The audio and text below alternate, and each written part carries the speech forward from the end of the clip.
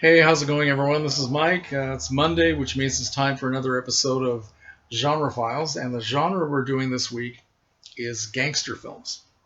So, the one I've chosen is Dillinger from 1945, released by Monogram Pictures.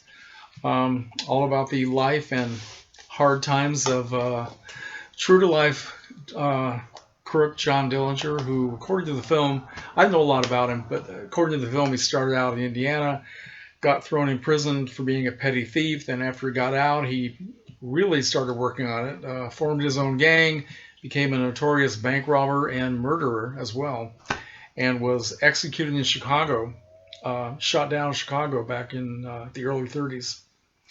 So, the film was released by Monogram Pictures 1945. Now, Monogram, of course, was one of the Poverty Row studios.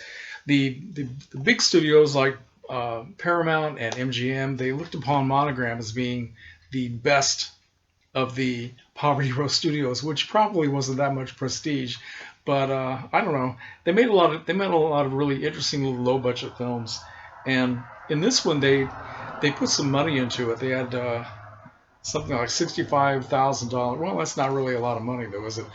Paid about $65,000 to make this, and it had a profit of over four million. So it was one of the most successful things Monogram had ever done, and it also got them their first and I think maybe only Oscar nomination. This was for the screenplay, which was by a man named Philip Jordan, directed by a guy named Max Nozick, whom I didn't know anything about. I looked him up on IMDb, and he had quite a long filmography, but I had never heard the name before. The star of the film is an actor named Lawrence Tierney. Now, this is supposed to be Lawrence Tierney's face, but it doesn't really look like him. He was a better looking man than this. He had a very cold, evil look to his face. I mean, he was great as a criminal, and he ended up doing things like this quite a bit in his career, which he said later on that he wasn't happy with. He didn't like doing those kinds of roles.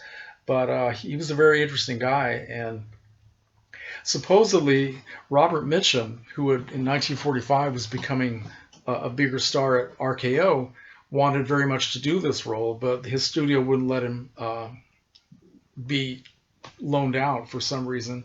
So we got Lawrence Tierney. Tierney had done a few films before this.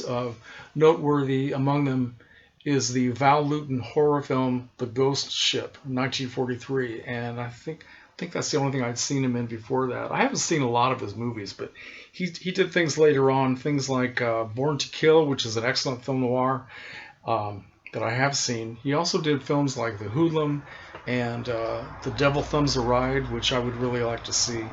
And later on in his life, he started having a lot of trouble with alcoholism and getting into a lot of public fights and brawls and bar rooms, stuff like that. So he aged very quickly, and he started being difficult to employ, difficult to work with. So he went through a lot of years of struggle, but he ended up living to the age of 82. I think he died sometime in the early 2000s. And one of his later noteworthy films was Quentin Tarantino's Reservoir Dogs, which I'm sure a lot of you know about. I still have that film on the shelf, and I haven't watched it yet. But yeah, Lawrence Tierney was a very interesting guy. He has a younger brother who was also a very famous actor, a guy named Scott Brady, and they apparently did not get along with each other very well, and they had a lot of public fights. So both of them were a little bit crazy. So Dillinger is a very good film, 70 minutes long, which is about pretty much the average for a Monogram film. They usually had films that were about an hour long, sometimes even less, but they really did a good job with this one. Threw some money into it. A lot of good action scenes, good gunfire scenes, and terrific performance by Lawrence Tierney. His co-star in the film is a woman named Anne Jeffries, who was very beautiful, made mostly low-budget type films all through her career. In this one, she plays a woman who meets him. I don't know how true to life this is either. Her character was the woman who was known as the Lady in Red, or the Woman in Red, who sold him out to the police in real life. But I don't know how true the details are of their relationship. But she met him.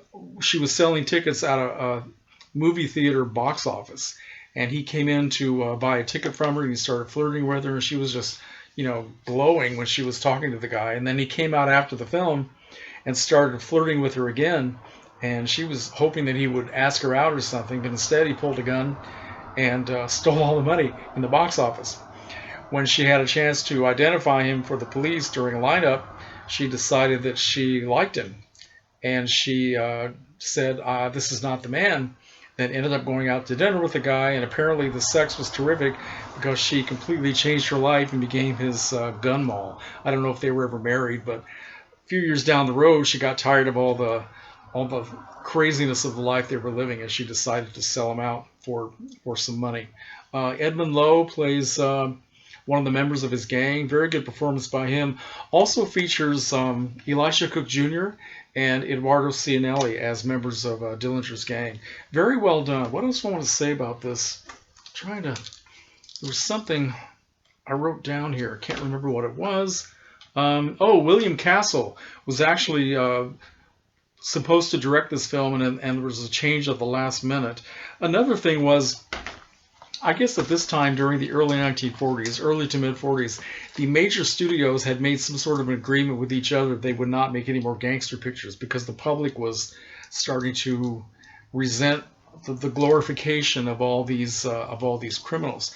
So when this film, Monogram was not among the studios that made this agreement, and they just wanted to make a good picture and make some money. So supposedly, from what I read, Louis B. Mayer, the head of MGM, asked to he asked to be given the negative so it would be destroyed. And the producer said no because he wanted it for free. So they went ahead and released it, and it was a big hit. So, one more thing. Yes, there was a scene in the film that was a scene of a robbery, a bank robbery, which when I watched it a couple of nights ago, I was thinking, wow, that looks really familiar. And the reason it looked familiar is because it was taken out of this classic film, this classic Fritz Lang film noir called You Only Live Once. Just cut out, and I don't know how they managed to do that. I guess they paid somebody a big bunch of money. But yeah, they used that for a sequence in the film. Another way that Monogram managed to put good pictures out by using some sort of stock footage, I guess. But I guess that's all I want to say. I would highly recommend this. Now, this came in one of the Warner Home Video film noir box sets, although a lot of people, myself included, don't necessarily think of this as a film noir. So that definition is kind of depending on who you're talking to, I guess. But still highly recommended. If you like gangster pictures of the old school, and if you want to see this great actor named Lawrence Tierney, this is a good place to start. So thank you for watching, and let me know what you think of Dillinger, okay? Good night.